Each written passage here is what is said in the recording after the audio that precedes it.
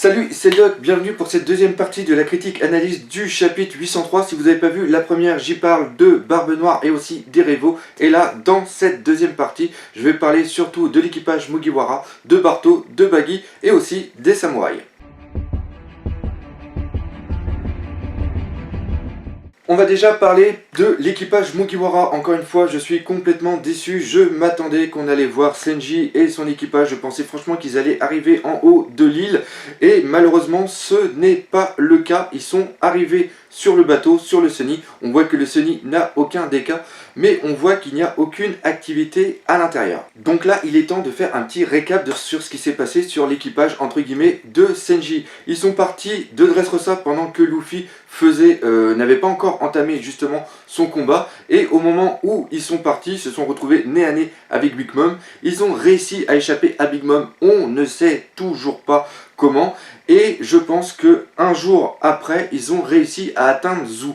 Ça nous donne quand même un très grand délai, car entre temps, qu'est-ce qui s'est passé? On a eu le combat de Luffy contre Don Flamingo, après on a eu les 3 jours de repos de Luffy, le départ de Luffy, et après une semaine pour atteindre Zou, ce qui nous donne en gros 8 à 10 jours. Donc on peut penser que l'équipage de Senji, ça fait plus d'une semaine qu'ils sont sur Zou et ils ne sont pas redescendus sur le bateau, sinon il y aurait eu de l'activité. Je pense que s'ils étaient redescendus, une partie de l'équipage serait restée à attendre justement Luffy et les autres, pendant que par exemple Senji et Chopper seraient restés sur l'île à parler avec les Minx, avec les visions, parce que Chopper, on sait qu'au niveau médical, il recherche beaucoup de choses, et vu que là, on a un éléphant avec de la végétation qui date de 1000 ans, peut-être qu'il aurait pu trouver des nouvelles méthodes médicales, donc il aurait pu parler même si les Minx, les visions, je vais les appeler les visions, vu qu'ils ont l'air un petit peu mi-animaux, mi-humains, je pense que Chopper aurait peut-être pu créer une sorte de langage pour pouvoir parler avec eux. Et là, on voit justement qu'il n'y a personne sur le bateau, donc là on peut se poser la question, est-ce que l'équipage de Senji est resté prisonnier avec les visions? Donc là maintenant il faut que l'équipage de Luffy qui est présent avec les samouraïs, ils arrivent à monter justement sur Zou. On sait aussi qu'il y a l'équipage de l'eau qui est dessus, et là on n'a absolument aucune nouvelle, on ne sait même pas où est leur sous-marin, où est leur bateau. Ça c'est aussi un truc que je viens juste de penser et qui me fout aussi des interrogations. Que sont-ils devenus? Ça on ne le sait pas du tout. Bref, donc ils doivent monter le long de la patte arrière, c'est très important la patte arrière, de l'éléphant, géant, gigantesque, monumental, un mastodonte justement, et donc il y a Kenjuro qui est en train de dessiner, et j'adore ce passage là où on voit qu'ils essayent de deviner ce qu'il est en train qu'ils sont en train de deviner ce qu'il est en train de dessiner. Putain, dessiner, c'est dur. Donc il est en train de faire quelque chose, et là il pense que c'est un lézard, que c'est un serpent. Bref, un ver de terre, je crois même qu'il y avait dans un worm, un ver. Et non, en vérité c'est un dragon, et c'est vrai que la gueule du dragon, c'est absolument génial. Il ne ressemble absolument à rien. Et là, ce qui est vachement mimi, c'est Robin. Robin le trouve mignon. Et là, il y a peut-être quelque chose de super intéressant à remarquer là-dessus. C'est qu'on sait que Robin, depuis qu'elle est enfant, elle est poursuivie par le gouvernement mondial, et elle n'a pas eu le temps justement de se créer son enfance. Elle avait son enfance avant, quand elle était dans l'île Ohara et qu'elle lisait, qu'elle était avec les gens, mais après elle devait avoir 7 ans je pense, et après c'était que de la fuite, et à 7 ans c'est quand même super important. Et moi je trouve les dessins que fait Kenjuro sont des dessins très enfantins. Le dragon, même l'oiseau qu'on a pu voir, et ça émeut peut-être Robin, car ça lui fait penser à son enfance, et c'est peut-être pour ça qu'elle trouve ça mignon. Il y a peut-être au niveau psychologique de Robin, il y a peut-être quelque chose à creuser sur ce niveau-là, et j'ai trouvé ça vraiment très beau. En plus, elle redit une deuxième fois qu'il est vraiment mignon, et ça pour moi, si c'était présenté 2 fois, et qu'il y a vraiment une sorte de petite bulle qui est dessus, c'est quelque chose qui est pour moi super important. Et après, ils sont en train de monter sur le dragon qui monte, enfin on va dire le dragon qui grimpe, ça va éviter de faire une répétition. Et là, on a les adieux déchirants du Barto Club, et moi je peux vous dire que j'ai eu ma petite larme, car Barto, encore une fois, c'est pas quelqu'un que j'appréciais au début, je le détestais complètement, et au fur et à mesure, je suis devenu complètement fanboy de ce mec, j'adore, c'est l'un de mes personnages préférés au niveau de One Piece, tout comme Doflamingo maintenant est devenu mon méchant entre guillemets, parce que pour moi ce n'est pas spécialement un méchant préféré, c'est un mec de complètement malade. Et là bref, on a le départ, la belle promesse de dire on se reverra, je vais devenir beaucoup plus fort pour que tu sois fier de moi, pour que je puisse apporter quelque chose dans ta flotte. C'est vraiment quelque chose de génial. Et je ne sais pas si vous avez remarqué, il fait aussi la demande d'avoir les quatre autographes qui lui manquent, et vous voyez qu'il n'y a pas que lui qui fait le 4, tout l'équipage derrière fait aussi le signe 4, et ça montre totalement que tout l'équipage entier, ce n'est pas que le capitaine et quelques-uns, c'est vraiment tout l'équipage qui a cette mentalité par rapport à Luffy, qui a cette vision d'un être quasi mythique, quasi divin, et ça c'était vraiment vraiment excellent. Il y a aussi le passage où quand il fait les adieux, qu'il a été complètement ignoré, mais le fait que Luffy, même s'il a déformé son nom, lui donne quand même un nom, ça le remplit de bonheur. Bref, adieu Barto, franchement tu m'as fait triper pendant tout cet arc Dressrosa, et j'espère un jour te revoir bientôt avec des nouvelles attaques à la base de Luffy, un point géant en forme de verre ou de barrière ou quoi que ce soit. Bref Barto, mille merci pour tout ce que tu as fait. Alors le départ de quelqu'un annonce l'arrivée de quelqu'un d'autre, et non pas l'arrivée dans l'équipage, mais le retour d'une des figures mythiques vraiment de One Piece, c'est-à-dire Baggy. Il faut savoir que Baggy est l'un des personnages préférés d'Ichiro Oda, et c'est sûr qu'il est là comme ressort comique, et là encore une fois, j'étais complètement plié de le voir. Déjà, c'est quelqu'un qui est vraiment très théâtral, et là, par rapport à son fruit démon de la fragmentation, il utilise une sorte de grosse cape, et il est vraiment géant, on le voit parler à la population, ils sont tous devant, il y a des mecs qui ont l'air complètement badass. Maintenant justement, il y a plein de mercenaires qui vont faire plein de coups dans le monde pour récupérer de l'argent, et justement, dans ces mercenaires, ça pareil, on l'avait pas vu venir, il y avait qui? Il y avait Elbaf, non c'est pas Elbaf, n'importe quoi, c'est pas lui le géant qu'il y avait, c'est Ashruddin, et bien sûr les 4 autres qui étaient avec lui. Et justement quand Baggy il dit oui c'est bien, là les mercenaires vous allez pouvoir vous en donner à cœur joie, de toute façon vu que tu es un Shichibukai, le gouvernement mondial nous protège. Et là il y a, je sais plus qui lui dit ça, c'est pas Mr. Sweet qui lui dit ça, mais il lui dit justement que Ashruddin vient de quitter. Et là Baggy est complètement malade, car les géants, enfin, ce géant-là, c'était sa poule aux odeurs, et on sait comment il adore le pognon. Et là, il lui dit non, il n'y a pas que Ashruddin qui est parti, même s'il ne reste pas qu'autre.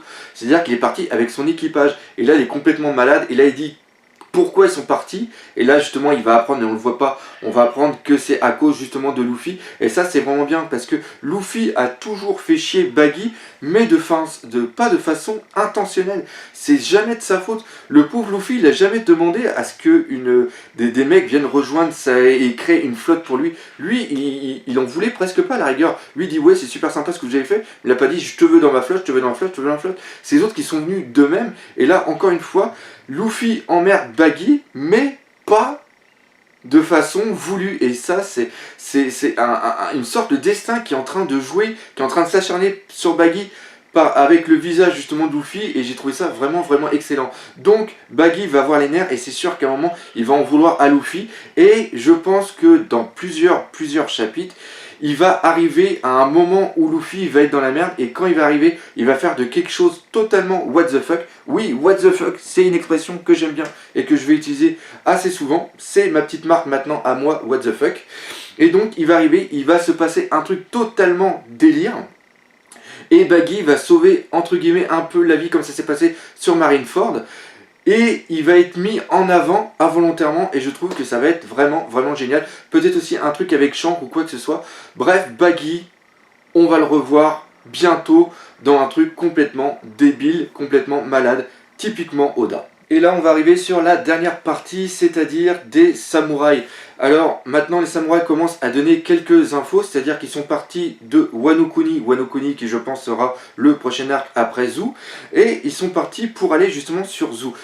J'arrive pas à comprendre quel lien Wano Kuni a avec Zou pour envoyer 3 samouraïs et aussi le fils Momonosuke dessus. Comment ils font aussi pour repérer l'île, parce que l'île est sur un éléphant qui marche, donc c'est quelque chose qui est mobile, ça c'est sûr. Donc là il y a encore plein de questions qu'on peut se poser. Quelle est la relation? Est-ce que c'est une relation commerciale? Il y en avait aussi qui avaient... Enfin, on ne sait pas ce qui se passe justement entre eux. En plus cette civilisation des divisions qui est sur Zou, à date de 1000 ans, ça fait depuis combien de temps qu'il y a cette relation entre Wano Kuni et Zou? Bref, plein de questions en suspens. Et là, la grosse info, c'est qu'on connaît enfin le nom de la troisième personne qu'on pensait tous qu'allait être un samouraï, et qui est, son nom c'est justement Raizu.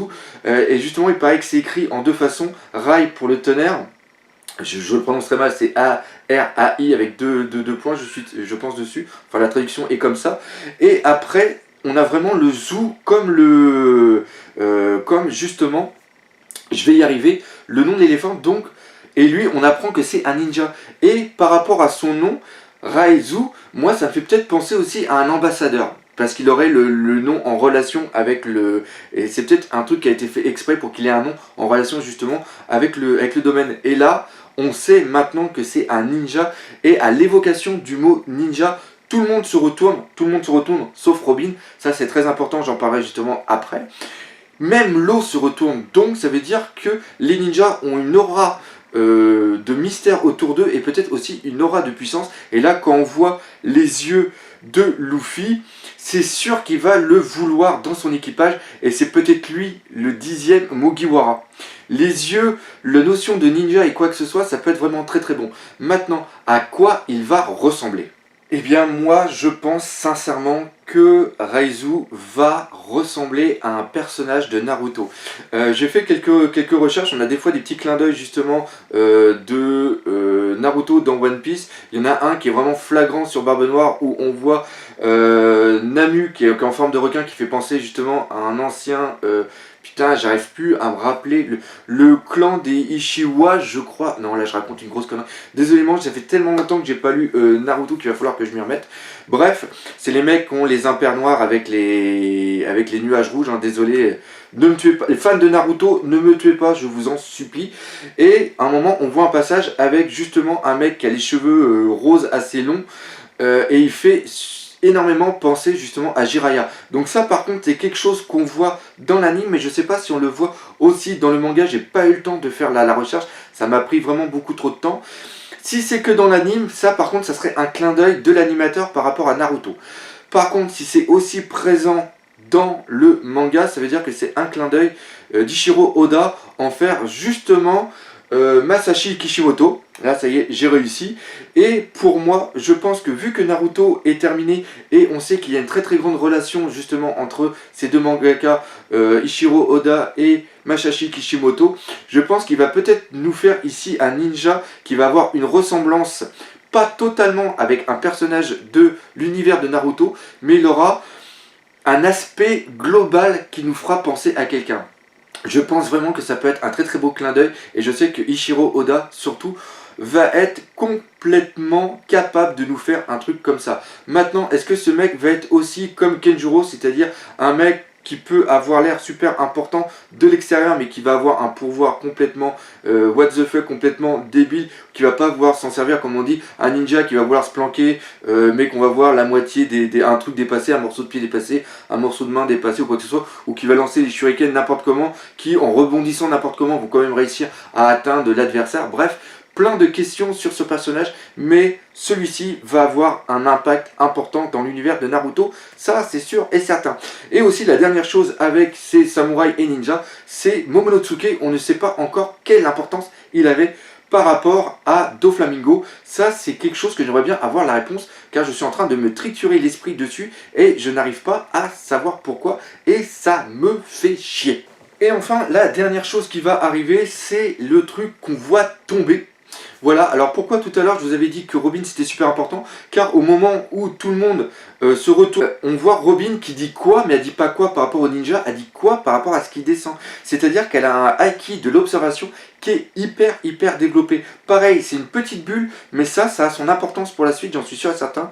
De toute façon, vu pour les poneglyphes, pour décrire quoi que ce soit, c'est sûr qu'elle aura un sens d'observation, mais ça va jouer énormément sur son rôle, ça c'est sûr et certain. Bref, il y a un truc qui tombe, et comme je vous avais dit tout à l'heure, qui grimpait le long de la patte arrière de l'éléphant, quelque chose dans ma tête me dit, et j'avais pensé à ça, j'étais content de le retrouver dans d'autres forums parce que je me suis dit, est-ce que je suis le seul à être aussi barré de la tête? Je pensais que c'était une merde d'éléphant qui tombe. Tu sais, c'était le petit caca avant le gros qui va tomber. Donc ça pourrait être encore dans l'esprit Oda, ça pourrait être un truc complètement